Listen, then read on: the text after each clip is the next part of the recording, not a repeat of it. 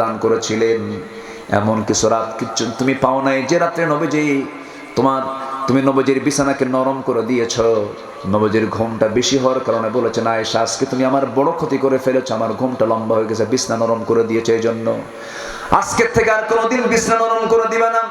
আমার ঘুমের যেন আধিক্য না হয়, আমার ঘুমটা যেন কম হয়, আমি যেন সেজদা দিতে পারি। নবীজি তার আসন থেকে যদি এমন সিম্পল জীবন গ্রহণ করতে পারেন, তোমরা আমাকে এমন নসিহত করো কেন? আমি ওমর আমার জুব্বা দেখে তারা ভয় পায় না, আমি ওমর আমার তাকওয়া দেখে রোম পারস্য ভয় পায়। জোরে কোন আল্লাহু আকবার। আমার বন্ধুগণ, এইরকম করে ওমর ফারুকের জীবন নিয়ে কথা বলতে গেলে বহু সময় লেগে যাবে। কোন একটা দিন তিনি একটা ঘোড়া কিনতে গেলেন, ঘোড়া কিনতে গেছেন, সেই ঘোড়ার লেনদেন হয়ে গেছে, টাকা পয়সা তিনি দিয়ে দিয়েছেন ঘোড়াওয়ালাকে। ঘোড়া তিনি কিনে নিয়ে ঘোড়ার পিঠে চড়েছেন। কয়েক মাইল যেতে না যেতে 4টা পায়ে অকেজো হয়ে গেছে। ওমরের গেছে মেজাজ খারাপ হইয়া। তিনি রাগ কম না বেশি? এই সাহাবীর রাগ কম না বেশি? কিছু হলে কি বের করে? কিছু হলে কি বের করে? তরবারি বের করে। খুব রাগ ছিল তার। একদিন তিনি বললেন, হুজুর বদরের যুদ্ধের দিন বলতেছে, হুজুর আপনি যদি অর্ডার দিয়ে দেন আজকে কোনো মুশরিক তাজা রাখবো না। আল্লাহু আকবার বল। কোনো মুশরিক তাজা রাখবো না, সব শেষ করে দেব। খুব রাগী মানুষ ছিলেন তিনি।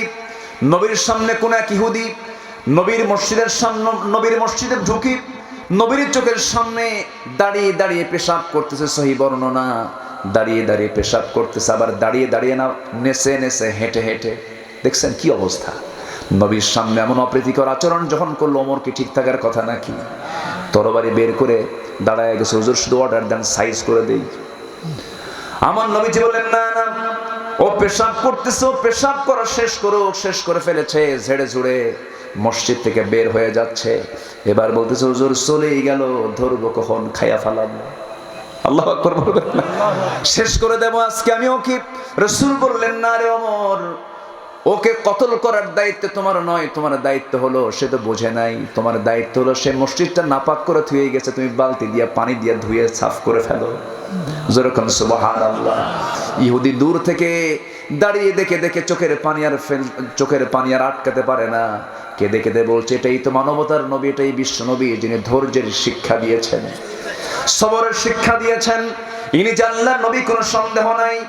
সামনে হাত বাড়ায় বলতেছে, মুহাম্মদ আর দেরি করায়ও না, আমাকে পড়িয়ে দাও, আশহাদু আল্লা ইলাহা ইল্লাল্লাহু ওয়াহদাহু লা শারীকা লাহু ওয়া আশহাদু আন্না মুহাম্মাদান আবদুহু ওয়া রাসূলুহু। হেদায়েতের মালিক কে? আসতে বলবেন না কে? ঘোড়া কিনলেন, ঘোড়ায় চললেন, ঘোড়ার পা 4টা নষ্ট হয়ে গেছে।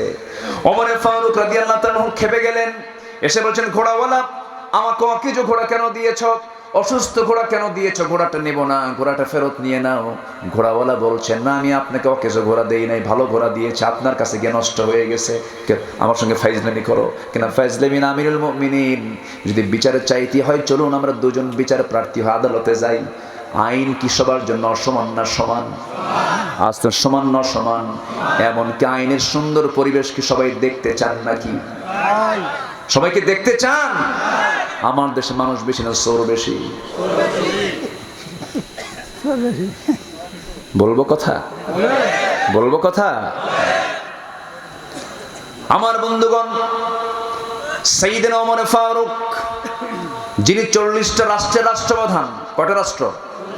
40টা রাষ্ট্রের রাষ্ট্রপ্রধান, এত বড় শাসক, অথচ তার পেছনে কোনো প্রটোকল লাগতো না, তার পেছনে কোনো লোক লাগতো না, তার জন্য কোনো প্রটোকলের কোনো পার্সন থাকা লাগতো না। তিনি একটা ছোট্ট লাঠি নিয়ে চলতেন, একাকী চলতেন, তার কোনো দরবার ছিল না, তার বড় কোনো প্রাসাদ ছিল না। ইসরায়েল থেকে, রোম পারস্যের বড় বড় নেতাগুলো বিভিন্ন জায়গা থেকে সফরে আসতো, খুঁজেই পেত না তার দরবারটা কোথায়, তার কি বলে কার্যালয়টা কোথায়, তার বড় অফিসটা কোথায়, অফিসে খুঁজে পেত না। একদিন এসে খুঁজতেছে ওমর ফারুক কোথায়, তার দরবারটা কোথায়। একজন বলল, দেখো তো ওই যে গাছের নিচে আছে নাকি। তিনি খালি গায়ে, নিজে বালিশ না পায়া, কোনো কিছু না করে তিনি বালুর উপরে শুয়ে পড়েছেন। লাঠিটাকে বালিশ বানায় তিনি নাক ডেকে ঘুমাচ্ছেন। জোরে কোন আল্লাহু আকবার। কোনো পাহারাদারও নাই, কোনো গার্ডও নাই। গার্ডকে আসতে বলবেন না, কে? গার্ড ছাড়া আর প্রশাসন ছাড়া রাস্তায় নামো। আসতে কোন কেন? আসতে কোন কেন? জোরে কোন ঠিক কিনা? হযরত ওমর ফারুক রাদিয়াল্লাহু তাআলা আনহু একাকী চলতেছেন, কোন শত্রু সামনে গেলেও শত্রু বন্ধ হয়ে যেত। আল্লাহু আকবার বলেন। চরিত্র কি পরশ পাথর। আল্লাহু আকবার। একটা সাধারণ ঘোড়া বিক্রেতা বলতেছে চলো বিচার করব, আদালতে যাই।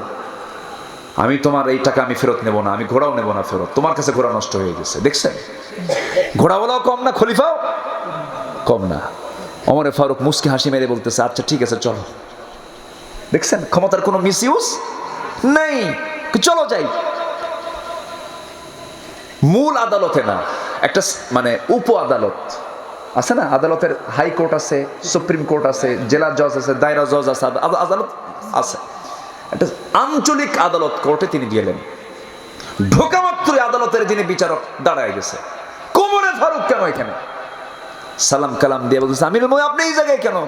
এটা বিচারের জন্য আসছে। কি বিচার? আমারই বিচার। ঘোড়া কিনছিলাম, টাকা দিছি, ঘোড়ায় চড়ছি, কয়েক মাইল গেছি, ঘোড়া নষ্ট, ওকে জোর। আমি ঘোড়া ফেরত দিতে চাও, ঘোড়া ফেরত নেয় না। ও বলে আমি টাকা ফেরত নেব না, আমি ঘোড়াও ফেরত নেব না, আমি টাকা ফেরত দেব না। আপনি এখন বিচার করেন। কাজী শুরাইহ ইবনুল হারিস আল কিন্দি রাহমাতুল্লাহ আলাইহি আল্লাহু আকবার বলেন, যিনি আলীরও বিচার করেছেন, যিনি ওমরেরও বিচার করেছেন, কিন্তু রায় গেছে দুই খলিফার বিরুদ্ধে। আল্লাহু আকবার বলেন। খলিফার বিরুদ্ধে রায় দেওয়ার সাহস একমাত্র আল্লাহওয়ালাই রাখে, ঠিক কিনা বলেন? আল্লাহওয়ালা ছাড়া সঠিক বিচার কেউ করতে পারে? আল্লাহওয়ালা হতে হবে। যে পৃথিবীতে সবচেয়ে বড় আল্লাহওয়ালা, সেই লোকটাই হতে পারে বিচারপতির আসনে বসার যোগ্যতা রাখতে পারে। আর আজ গোটা পৃথিবীর আদালত গুলোতে বসে আছে চোর আর ডাকাত গুলা। আসতে বলবেন, জোরে বলেন ঠিক কিনা?